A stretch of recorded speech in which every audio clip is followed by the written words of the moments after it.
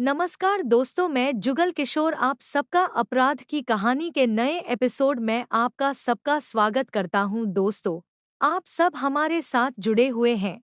Channel को subscribe करें और लाइक करें और कमेंट करें। आपके सहयोग से मुझे हिम्मत मिलती है। कहानी अच्छी लगे तो अपने दोस्तों के साथ शेयर जरूर करें। चले आज की कहानी शुरू करते हैं। दोस्तों, शक ऐसी बीमारी है जो आसान से जाती नहीं। कभी भी किसी घर को उजड़ सकता है। जब आपके सामने ऐसी कोई स्थिति आए तो समाज से काम ले, क्योंकि आपका लिया हुआ एक कदम अच्छे खासे घर को बर्बाद कर सकता है। ऐसी स्थिति में आप बैठकर अपने मसले को सुलझाएं। ऐसा कोई भी मसला नहीं जो बातचीत से ना सुलझे। शक को आसान से दूर करना मुश्किल होता है। ऐसे हालात में आप किसी से बात करें तो समस्या हल हो जाती है। आज की कहानी ऐसी ही है जिसने भरे पूरे में परिवार को खत्म कर दिया। एयर होस्टेस अनीशिया और मयंक दोनों ही प्रतिष्ठित परिवारों से थे और उनके वेतन भी लाखों में थे। लेकिन ईगो के चलते सामंजस्य न बैठने से उनके बीच तनाव रहने लगा। संदेह के कीड़े ने दोनों के बीच की दूरियां भी बढ़ाई। नतीजा यह निकला कि जुलाई 2013-2018 की बात है। एयर होस्टेस अनीशिया अपने कमरे में बैठी हुई थी। उस समय वह अपनी मां से व्हाट्सएप पर चैटिंग कर रही थी। उसी समय उसका पति मयंक सिंघवी उसके पास पहुंच गया। पति के पहुंचने के बाद भी अनीशिया ने मां से चल रही चैटिंग जारी रखी। मयंक पास खड़े होकर फोन पर चल रही पत्नी की चैटिंग के मैसेज पढ़ने लगा। इसी दौरान अनीशिया की मां यानी मयंक की सास नीलम बत्रा द्वारा भेजे गए एक मैसेज को पढ़कर मयंक को गुस्सा आ गया। वैसे भी पति पत्नी के बीच अक्सर किसी न किसी बात को लेकर नोकझोंक चलती रहती थी। अनीशिया की मां ने मैसेज में कुछ ऐसी बात कही थी जो मयंक को बहुत बुरी लगी। मयंक ने पत्नी से जब इस बात की शिकायत की तो वह उल्टे मयंक पर भड़क गई। इसका नतीजा यह हुआ कि दोनों के बीच फिर से झगड़ा बढ़ गया। अनीशिया और मयंक के बीच वैसे ही इतने मतभेद रहते थे कि बात बेबात कभी भी झगड़ा शुरू हो जाता था। इसकी वजह यह भी थी कि अनीशिया थोड़े जिद्दी स्वभाव की थी। उनके झगड़े की बात दोनों के घर वालों के अलावा उनके दोस्तों को भी पता थी। सभी उन्हें समझाते रहते थे। दोपहर के समय जब दोनों के बीच झगड़ा हो रहा था, उसी समय अनीशिया के मोबाइल पर एक कॉमन फ्रेंड का फोन आया। अनीशिया ने कॉल रिसीव की और उससे बातें करने लगी। उसकी बातों से फ्रेंड को आभास हो गया कि उन दोनों के बीच झगड़ा हुआ है। फ्रेंड ने पहले अनीशिया को और बाद में मयंक को समझाया। बहरहाल, उस दिन अनीशिया इतने गुस्से में थी कि उसने लंच तक नहीं किया।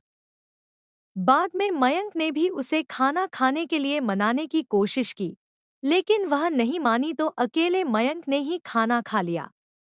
बाद में मयंक अपने कमरे में चला गया। अनीशिया मूल रूप से चंडीगढ़ की रहने वाली थी।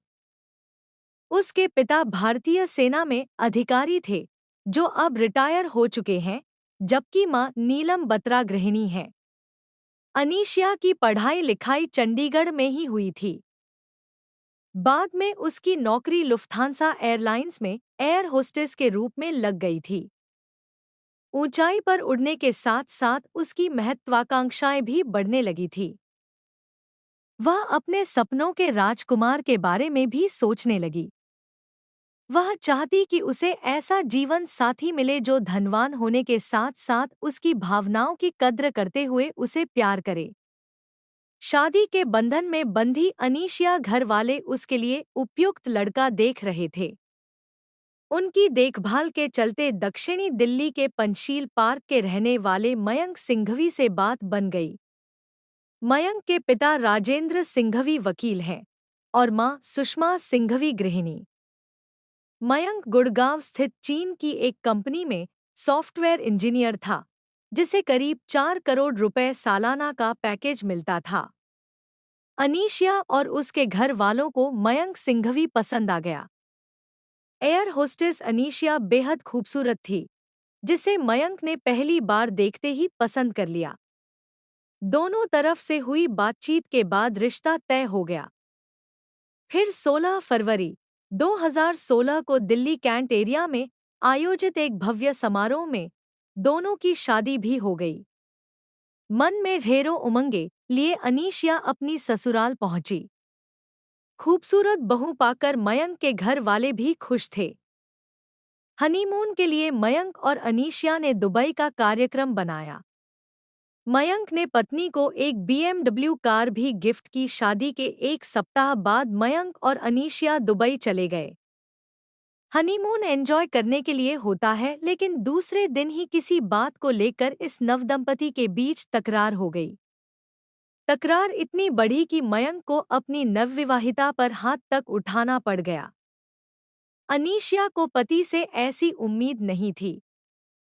उसने कभी सोचा भी नहीं था कि खुशी के बदले उसे यह तोहफा मिलेगा। अनीशिया कमरे में बैठकर खूब रोई। उसने होटल से ही मां नीलम बत्रा को मैसेज भेजकर सारी बात बता दी। मां ने उसे होटल का कमरा छोड़ने की सलाह दी। तब अगले दिन अनीशिया होटल से दुबई में ही मौजूद अपने एक दोस्त के यहाँ चली गई और वहां से अकेली ही भारत लौटी।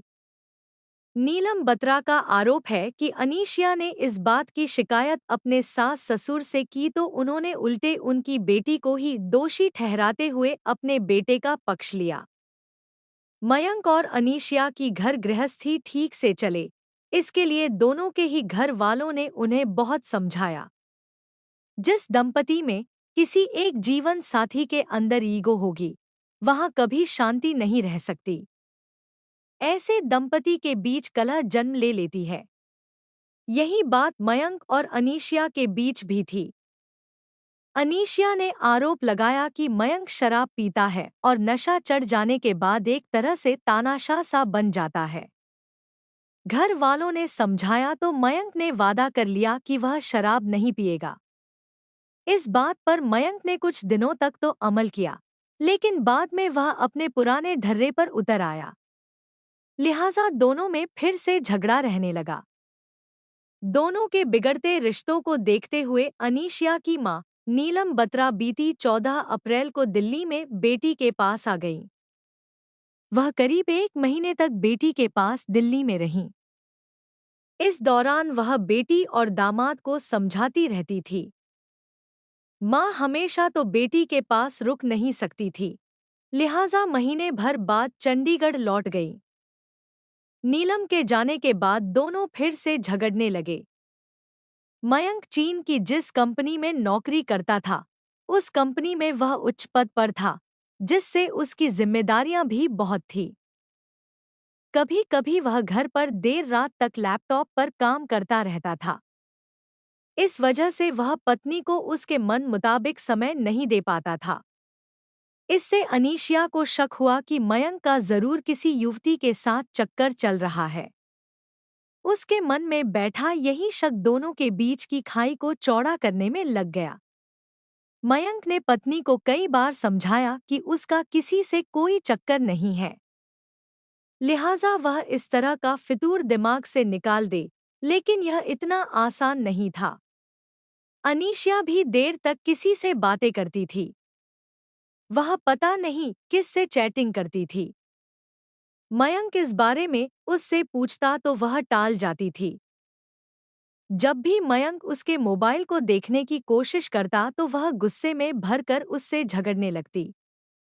उसके इस व्यवहार से मयंक को भी शक हो गया कि जरूर उसका किसी से चक्कर चल रहा है, जिससे वह फोन पर लगी रहती है और अपना फोन छूने तक नहीं देती। कुल मिलाकर बात यह थी कि उनका झगड़ा सुलझने के बजाय उलझता जा रहा था। 5 जून को फिर से अनीशिया की मां नीलम बत्रा बेटी के पास आईं। उस वक्त मयंक के माता पिता घूमने के लिए लंदन गए हुए थे। नीलम के सामने ही मयंक और अनीशिया के बीच फिर से झगड़ा हुआ। नीलम का आरोप है कि उस दिन मयंक ने उसके ऊपर हाथ भी उठाया था।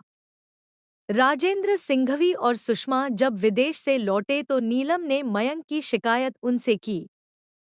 नीलम का कहना था कि उनके बीच झगड़े की एक वजह यह भी है कि मयंक तलाकशुदा था, जबकि यह बात शादी के समय उनसे छिपाई गई थी। बहरहाल, 13 जुलाई को जब मयंक और अनीशिया के बीच झगड़ा हुआ था तो मयंक अपने कमरे में मोबाइल फोन पर कुछ कर रहा था। तभी अनीशिया छत की तरफ चली गई। मयंक उसे खाना खाने के लिए मनाने की कोशिश कर चुका था, पर उसने उसके कहने से भी खाना नहीं खाया था। मयंक ने सोचा कि थोड़ी देर में गुस्सा उतर जाएगा तो छत से नीचे आ जाएगी, तब फिर से उसे खाना खाने के लिए मनाएगा। अंतिम यात्रा पर निकली अनीशिया मयंक अपने फोन के व्हाट्सएप मैसेज देखने लगा। तभी उसके मोबाइल पर अनीशिया का व्हाट्सएप मैसेज आया, "watch me jump of the building". यह मैसेज पढ़ते ही मयंक घबरा गया। वह तेजी से छत पर गया तो उसे वहां अनीशिया नहीं दिखी। उसके घर के सामने ही एक इमारत बन रही थी। वहां काम कर रहे मजदूरों ने बताया कि अभी बिल्डिंग के नीचे कोई कूदा है। तब मयंक ने तीसरी मंजिल से नीचे की ओर देखा तो नीचे उसकी पत्नी अनीशिया पड़ी थी। मयंक तुरंत नीचे आया तो लहूलुहान पत्नी को देखते ही उसकी चीख निकल गई। उसके रोने की आवाज सुनकर आसपास के तमाम लोग नीचे आ गए। मयंक पत्नी को अस्पताल ले गया लेकिन डॉक्टरों ने उसे मृत घोषित कर दिया। अस्पताल से पुलिस कंट्रोल रूम को सूचना दी गई तो दक्षिणी दिल्ली के हौजखास थाने की पुलिस अस्पताल पहुंच गई। मामला एक उच्चस्तरीय परिवार का था, लिहाजा थाना प्रभारी ने यह सूचना डीसीपी रोमिल बानिया को भी दे दी। डीसीपी भी अस्पताल पहुंच गए।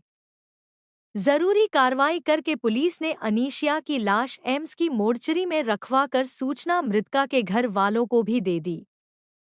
अनीशिया की मां नीलम बत्रा अपने सगे संबंधियों के साथ दिल्ली पहुंची तो उन्होंने आरोप लगाया कि उनकी बेटी ने खुदकुशी नहीं की बल्कि उसके पति ने उसे धक्का देकर गिराया है। नीलम ने हौजखास थाना प्रभारी को शिकायत देकर यह भी कहा कि मयंक के माता-पिता भी उसकी मौत के लिए जिम्मेदार हैं। मयंक उनके कहने पर ही अनीशिया को दहेज के लिए प्रताड़ित करता था, जिससे अनीशिया की उन्होंने हत्या कर दी। मां की शिकायत पर कार्रवाई। नीलम की शिकायत पर पुलिस मामले की जांच में जुट गई। पोस्टमार्टम के बाद पुलिस ने लाश घर वालों को सौंपनी चाही तो नीलम बत्रा ने लाश लेने से मना कर दिया। उन्होंने बेटी का पोस्टमार्टम वीडियोग्राफी के साथ कराने की मांग की। तब पुलिस ने डॉक्टरों के एक पैनल से अनीशिया का फिर से पोस्टमार्टम कराया और उसकी वीडियोग्राफी भी कराई। पुलिस ने एफएसएल के वैज्ञानिकों के साथ मौके का निरीक्षण किया। इतना ही नहीं, उन्होंने घटना को डमी के साथ फिर से रिक्रिएट किया। धक्का देने और खुद नीचे छलांग लगाने की दोनों घटनाओं को रिक्रिएट किया गया। पुलिस ने सामने की निर्माणाधीन इमारत में काम करने वाले मजदूरों से भी पूछताछ की। पुलिस को एक चश्मदीद गवाह भी मिल गया। पुलिस यह भी पता लगाने की कोशिश कर रही थी कि कहीं मयंक ने पत्नी के मोबाइल से खुद के मोबाइल पर मैसेज भेजने के बाद उसे बिल्डिंग से धक्का तो नहीं दिया। 16 जुलाई को पुलिस ने मयंक सिंघवी को पूछताछ के लिए बुलाया। उससे अलग-अलग तरह के 25 सवाल पूछे गए, जिनमें से वह कई सवालों के जवाब नहीं दे सका। तब पुलिस ने उसे गिरफ्तार कर साकेत न्यायालय में महानगर दंडाधिकारी अनुज कुमार के सामने पेश किया, जहां से उसे 14 दिन की न्यायिक हिरासत में जेल भेज दिया गया। पुलिस ने मयंक द्वारा पत्नी को दी गई बीएमडब्ल्यू कार, डायमंड रिंग और मोबाइल फोन जांच के लिए अपने कब्जे में ले लिए हैं। पुलिस मयंक और अनीशिया के मोबाइल फोन की जांच कर रही है। इसके अलावा पुलिस मयंक सिंघवी के माता-पिता को भी पूछताछ के लिए थाने बुलाएगी। अगर उनके खिलाफ कोई साक्ष्य मिलता है तो कानूनी कार्रवाई की जाएगी। कथा संकलन तक पुलिस मामले की जांच कर रही थी। दोस्तों, आपको कहानी अच्छी लगी हो तो चैनल को सब्सक्राइब जरूर करना और लाइक कमेंट भी कर देना। आपका लाइक और शेयर मुझे हिम्मत देता है। कल फिर आपसे मिलेंगे एक और नई कहानी के साथ। तब तक अपना ख्याल रखें। धन्यवाद।